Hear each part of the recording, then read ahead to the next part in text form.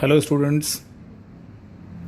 So after completion of coordinate geometry, we'll be starting today with a new chapter, that is a linear equation in two variable.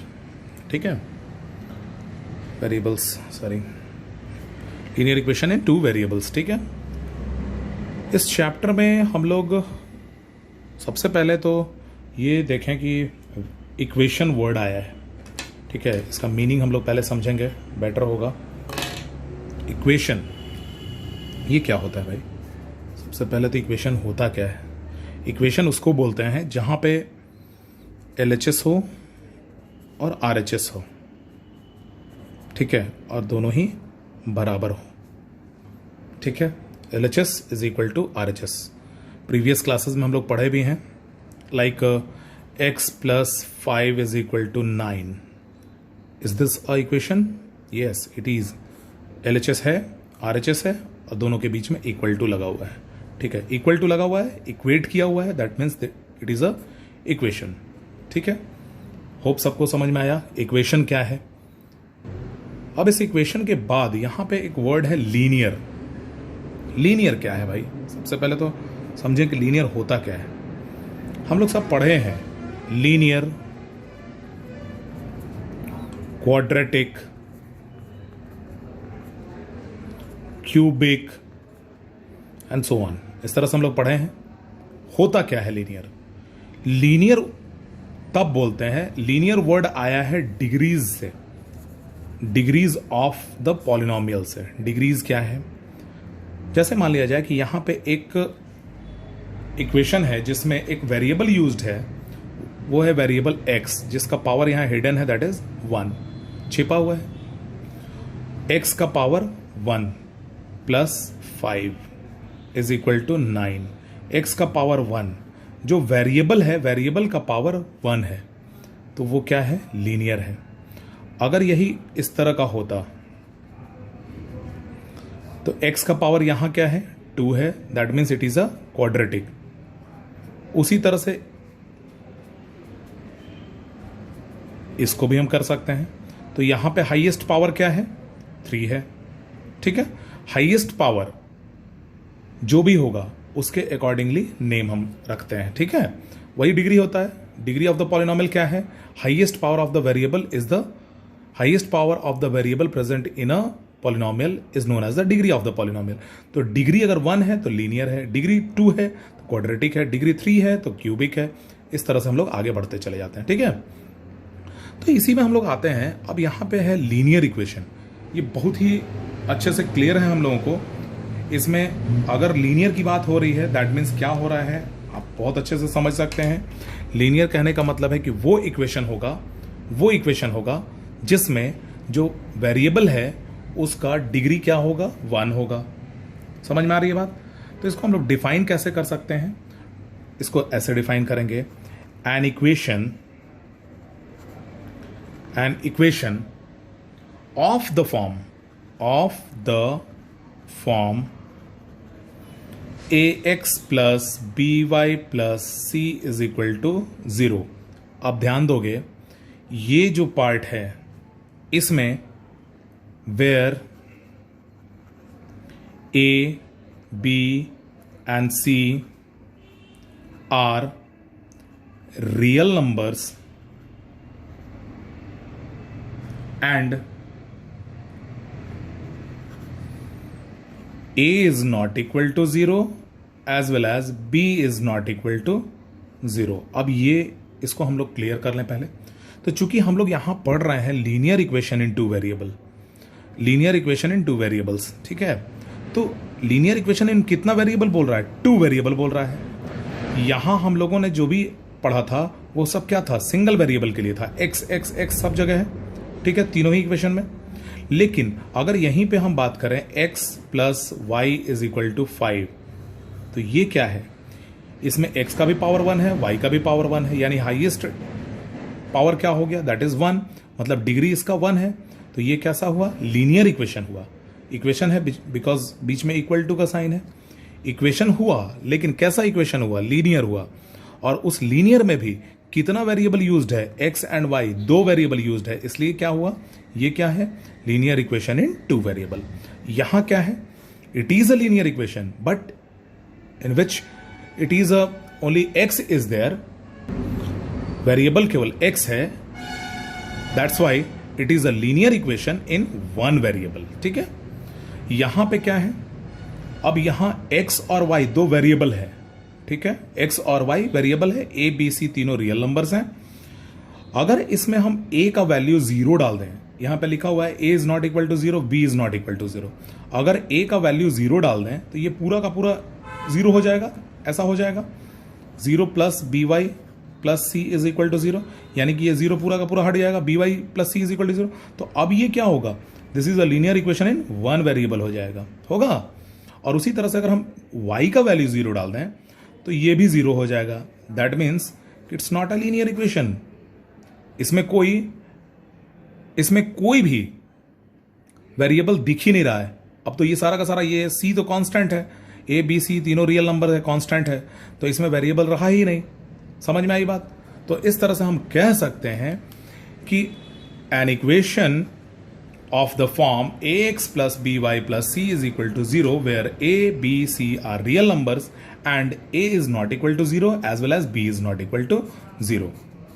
ठीक है, समझ में आई बात?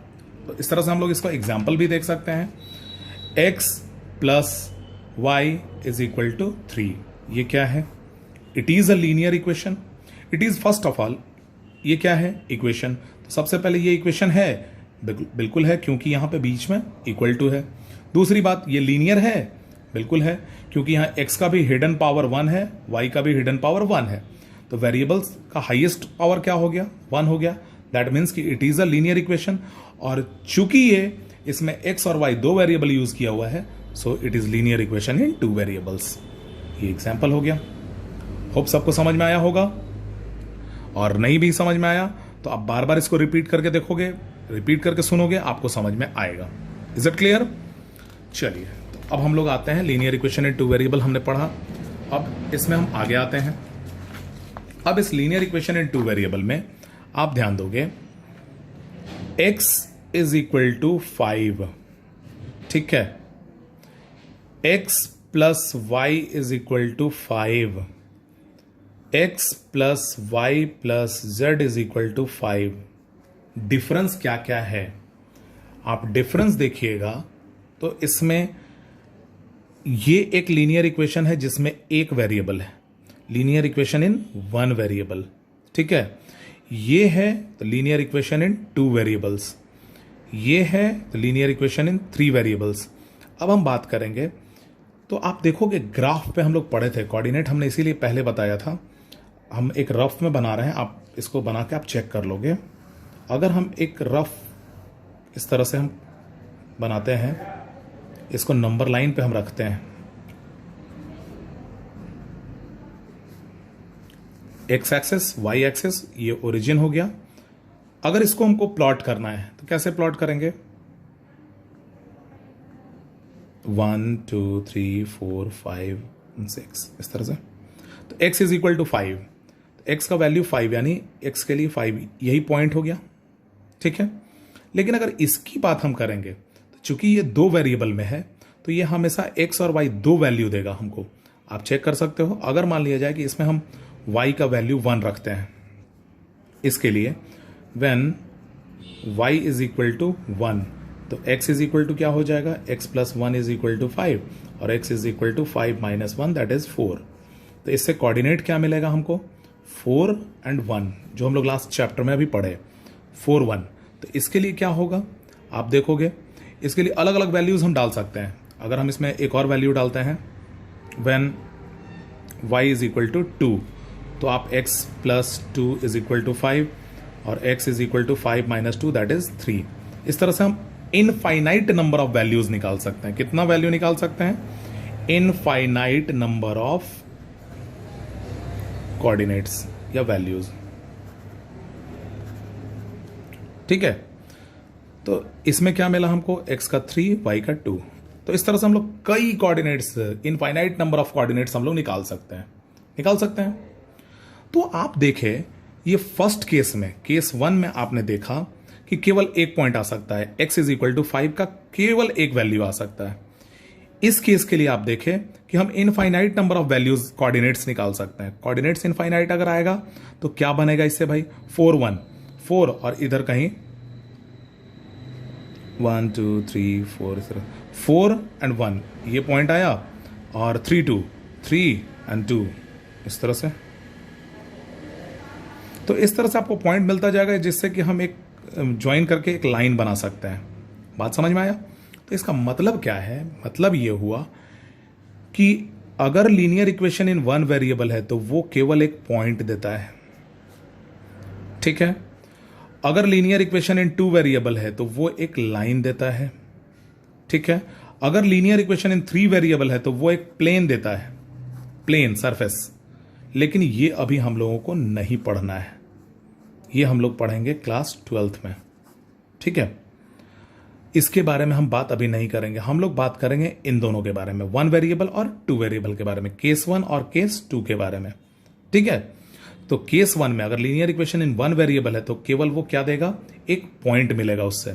Linear equation में इन two variables में हमको क्या मिलेगा, हमको बहुत सारे पॉइंट्स मिलेंगे, बहुत सारे पॉइंट्स मिलेंगे। दैट मीन्स कि बहुत सारे पॉइंट्स को अगर हम जोड़ दिए तो एक लाइन बन सकता है। तो इससे हम लोगों को दो नोट मिला। नोट क्या मिला,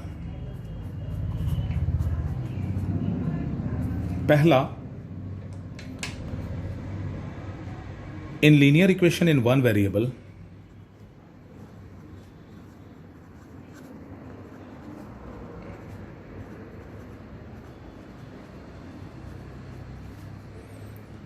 only one point can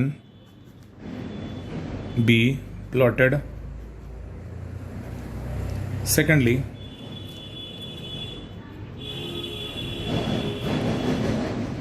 in linear equation in two variables,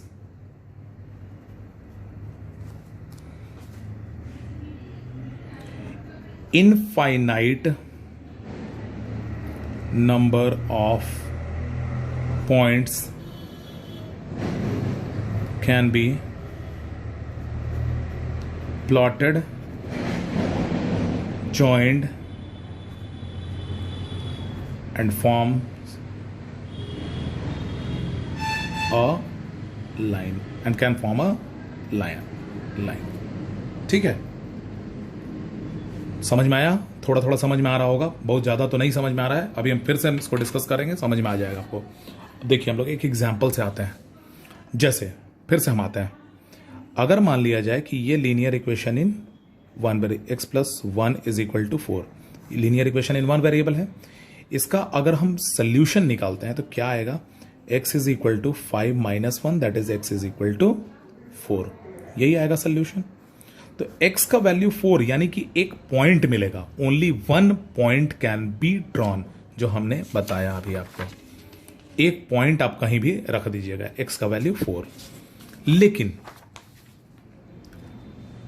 जैसे ही इसको हम linear equation in two variable बनाते हैं, x plus y is equal to 1, यानी अब इससे क्या होगा, इससे हमको बहुत सारे इनफाइनाइट नंबर ऑफ कोऑर्डिनेट्स मिल सकते हैं। आपको हमने बताया था टेबल प्रिपेयर करना, टेबल इस तरह से आप प्रिपेयर कर लोगे, x y when x is equal to 1, तो यहां 1 plus y is equal to 1 हो जाएगा, 1 plus y is equal to 1, y is equal to 1 minus 1 that is 0।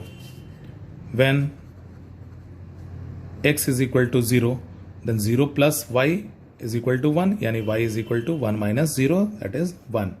इससे आया यहां भी। तो इस तरह से हमको क्या मिला, x का वैल्यू 1 रखे तो y का वैल्यू 0, x का वैल्यू 0 रखे तो y का वैल्यू 1। तो ये कोऑर्डिनेट्स मिला 1 0 0 1, और इस तरह से इनफाइनाइट नंबर बना सकते हैं अप टू इन्फिनिटी, ठीक है। तो इसको हम अगर प्लॉट करेंगे तो कुछ इस तरह से पॉइंट्स हमको मिलता जाएगा, और इस तरह से हम लाइन ड्रॉ कर लेंगे, चाहे वो इधर बने या इधर बने या इधर बने, कोई फर्क नहीं पड़ता है, कहीं भी लाइन बन सकता है, ठीक है। तो हम कह सकते हैं कि linear equation of two variable में हमको इनफाइनाइट नंबर ऑफ सोल्यूशन मिल सकता है। इनफाइनाइट नंबर ऑफ सोल्यूशन का मतलब क्या है कि इनफाइनाइट नंबर ऑफ पॉइंट्स जिसको कि हम ज्वाइन करें तो एक लाइन बन सकता है। वही हमने यहां बताया आपको कि अगर linear equation in one variable हो तो केवल एक पॉइंट ही ड्रॉ हो सकता है, और अगर linear equation in two variable हो तो we can find out so many infinite number of coordinates जिसको कि अगर हम ज्वाइन कराएं तो एक लाइन बन सकता है। Is it clear all of you? चलिए अब हम लोग आते हैं नेक्स्ट पार्ट में इसका। चलिए अब सबसे पहले तो हम लोग अब कुछ क्वेश्चंस में आते हैं, चैप्टर्स में आते हैं वन बाय वन। सबसे पहले एक क्वेश्चन हम देते हैं, right 5x plus 3y is equal to 9 in the form of ax plus by plus c is equal to 0 and find the value of a, b and c। तो इसको लिखना है इस फॉर्म में। ध्यान दोगे, यहां ax के लिए हमने लिख दिया 5x, प्लस by के लिए हमने लिख दिया 3y, और प्लस c के लिए हमने यहां पे इस 9 को आप इधर कर लोगे तो प्लस ये इधर आएगा तो -9, चूंकि इधर 9 था, इज इक्वल टू 0 आया। अब इससे हम अगर a का वैल्यू निकालें, a इज वॉट 5,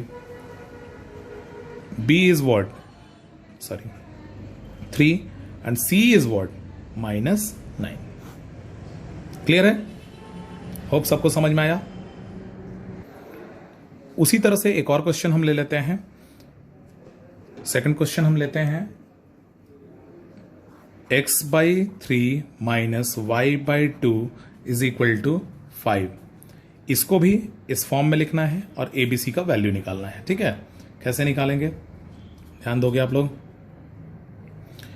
सबसे पहले इसमें आप क्या करोगे, LCM ले लो।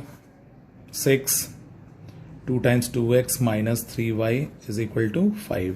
ठीक है, 2x minus 3y is equal to 6 into 5 that is 30, और this is 2x minus 3y minus 30 is equal to 0। आप इसको लिख सकते हो 2x प्लस ब्रैकेट में हम माइनस 3y कर देंगे, since plus into minus is minus, plus minus 30 is equal to 0, plus into minus is minus. ठीक है, इसको बस इस फॉर्म में हमने चेंज कर लिया है। अब यहां पे a का वैल्यू क्या मिला हमको, 2 है, b का वैल्यू इज -3 और c का वैल्यू इज -30। क्लियर है? Any doubt? बिल्कुल नहीं होगा, समझ रहे हैं? तो इस तरह से हम लोग इस तरह के क्वेश्चन को सॉल्व कर सकते हैं। ठीक है, अब एक और क्वेश्चन है जो इस तरह का क्वेश्चन आता भी है और थोड़ा कंफ्यूजिंग भी होता है। Right y is equal to 3 in the form of linear equation